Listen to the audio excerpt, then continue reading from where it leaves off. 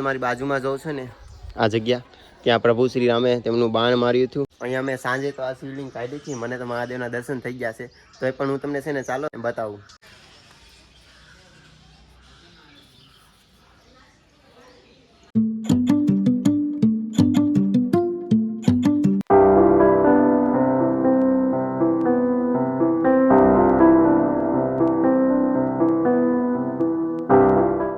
हर हर महादेव, जय द्वारकाधीश। तो આજનો લોગ यहाँ से સ્ટાર્ટ करते हैं।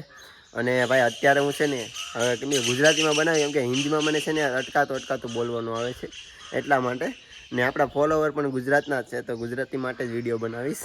અને ભાઈ અત્યારે હું છે ને નાહી ધોઈને તૈયાર થઈ ગયો છું. અને તમને બધાને ખબર છે, કાલે હું પહોંચી ગયો હતો મંદિરે. આ રામાયણની સાથે જોડેલું છે આ મંદિર.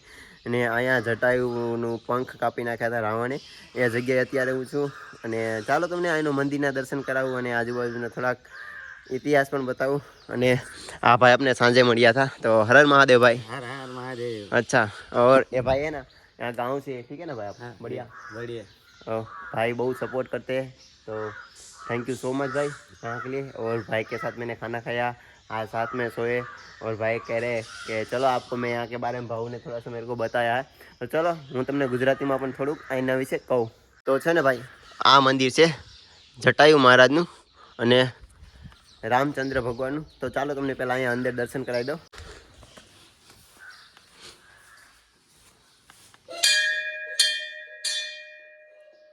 અહીંયા છે ને ભાઈ, જ્યાં સીતા માતાનું નાસિકમાંથી હરણ કર્યું હતું રાવણે, અને પછી રાવણ લઈને જતો હતો સીતા માતાજીને, તો જટાયુએ રોકવાની કોશિશ કરી હતી. અને જટાયુને રાવણે તેના પંખ કાપી નાખ્યા હતા. અને આ જગ્યાએ જટાયુજી આવી અને ઘાયલ થઈ ગયા હતા.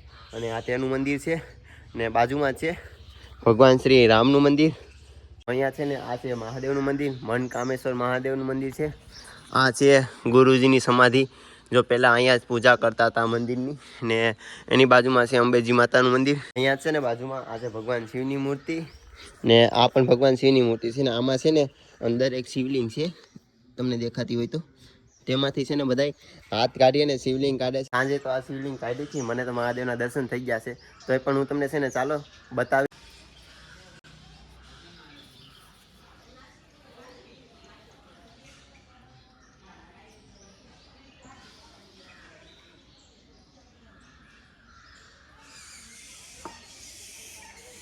देखो भाई, ये 100 आदमी से 3 लोग ही निकाल सकते हैं, 3-4 आदमी निकाल सकते हैं. मेरा किस्मत है, मैं निकल गया. चलो भाई, મહાદેવની શિવલિંગ પાસે આપણે અંદર મૂકી દઈએ છીએ.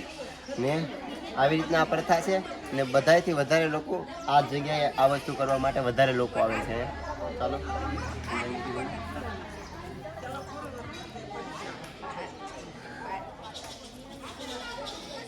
અને તમે જો મારી બાજુમાં જોવો છો ને આ જગ્યા, ત્યાં પ્રભુ શ્રી રામે તેમનું બાણ માર્યું હતું. અને જટાયુને મોક્ષ દેવા માટે સમસ્ત પવિત્ર જળ પાણી આવે છે. ને ત્યાં બધા કુંડમાં પાણી જાય છે. અહીંથી આવી આ મંદિરથી નીચે કુંડમાં જાય છે. આ જટાયુજીની મૂર્તિ અહીં બનાવવામાં આવી છે. સમસ્ત પવિત્ર નદીનું પાણી આ જગ્યાએથી આવે છે. અને જેટલું પાણી ઉનાળો શિયાળો કોઈ બી ઋતુ હોય એટલું જ પાણી નીકળે છે આ જગ્યાએથી. આ નદી છે જે પ્રયાગરાજ રાજા છે, પ્રભુ શ્રી રામે જ્યારે બાણ માર્યું હતું ને, તો પ્રયાગરાજ રાજા ઘમંડના લીધે મોડા આવ્યા હતા, તો એના લીધે એને અલગથી કુંડ છે. ને આ જગ્યાએ અલગથી નદી છે. તો આ છે પ્રયાગરાજ. तो चलो ऊपर रहता हूँ. पानी दो क्या? कुछ दो ना, वो ऐसे कैसे दूंगे? कुछ दो मुझे लेने के लिए, दो मुझे. अब वीडियो गाड़ी तो ताई सुनी गया ना, तेला काला तू बाहर का मनुष्य जरा शांत रहना है. बाटली दो मेरे को. किसको लेना? आ दे दो, चलेगा. ये पानी बोलता है ओ यार ले भाई वो करन से बाहर आई લો, આ કુંડ છે, ત્યાં સમસ્ત પાણી આવે છે, પવિત્ર સ્થળનું, ગંગાજળનું. અહીંયા લોકો બહુ બોટલ ભરીને ઘરે પણ લઈ જાય છે.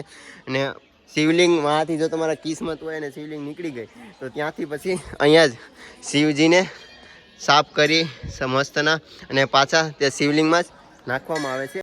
આપણે આજુબાજુના દર્શન કર્યા, રાત રોકાણ અહીંયા, મજા આવી ગઈ. બધાય ભાऊ સાથે મેળો, ભાઈ સાથે મેળો, મિત્ર સાથે મેળો. દર્શન કર્યા, અહીંનો થોડોક ઇતિહાસ જાણ્યો. અહીંના વિશે મને કાંઈ ખબર નથી. હું રસ્તામાં આવતો હતો તો મને પેટ્રોલ પંપમાં એક ભાઈએ કીધું કે અહીંયા રામાયણની સાથે જોડેલું આ મંદિર છે. તો હું આવી ગયો અને તમને બધાને પણ દર્શન કરાવ્યા અને આના વિશે થોડું કીધું, કેમ કે આ જટાયુનું સ્થાન છે. જટાયુજીને અહીંયા તેમનું ઘાયલ થયા હતા, તો આ એ જગ્યા છે પવિત્ર. ને હવે હું જાઉં છું અહીંથી હરિચંદ્રગઢ તરફ, અને રસ્તામાં હજી પણ કેટલા મંદિર આવે મને ખબર નથી, બટ જેટલા પણ આવશે તમને દર્શન કરાવી. અને ચાલો બાબાજીને મળી લઈએ, સાયકલ વાયકલ બહાર નીકાળીએ અને પછી અહીંથી નીકળીએ.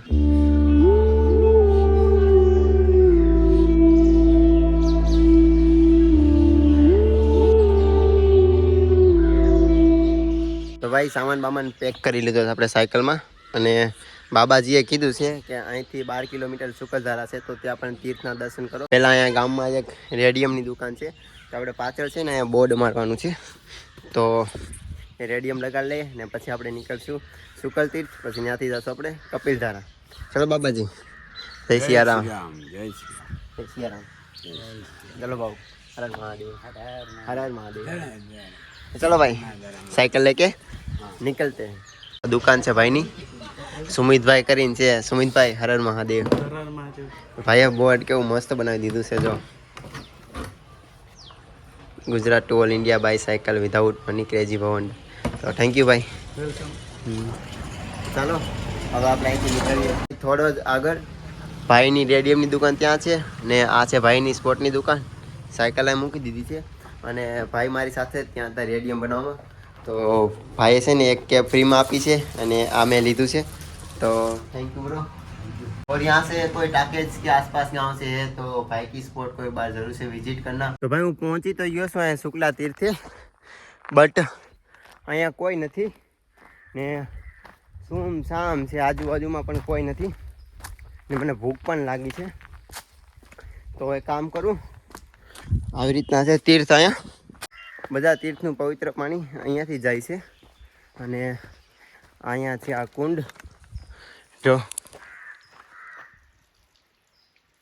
તો પાણીની બોટલ ભરી આવ્યો છું ને હવે થોડાક ટમેટા તોડી આવું ને પછી ટમાટરનો વઘાર કરીને ખાઈએ અહીંયા, કેમ કે બીજું તો આપણી પાસે કોઈ ઓપ્શન નથી. 1 વાગવા આવ્યો છે, અહીંયા મંદિરે પણ કોઈ નથી, દર્શન કરી લીધા છે ને બીજું તો કોઈ ઓપ્શન નથી. ચાલો બાજુમાં જ ટમેટાનું ખેતર છે, તો ટમેટા થોડાક તોડી આવું.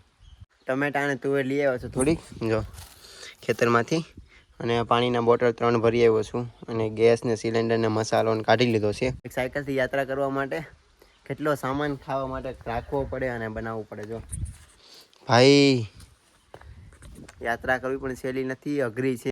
મને લાગી છે ભૂખ અત્યારે, અને છે ને 1-1.5 વાગી ગયો છે ને કોઈ નથી. આ મંદિર છે ને આ પણ મંદિર છે. તો ચાલો ભાઈ ફટાફટ ખાવાનું બનાવીએ, અને 2 વાગી જશે, 1 કલાક તો ખાવામાં જ જશે. તો ફટાફટ ખાવાનું બનાવીએ, થોડી વાર આરામ કરી નીકળીએ અહીંથી.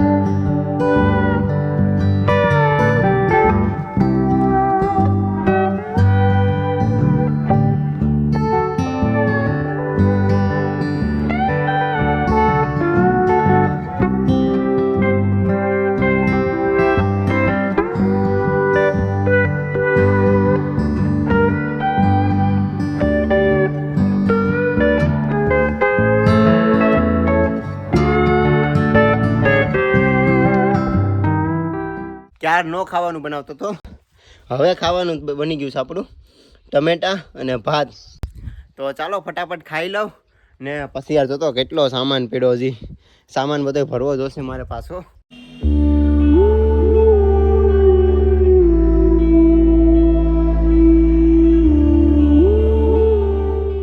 ભાઈ સાયકલમાં યાર સામાન પેક કરી દીધો છે.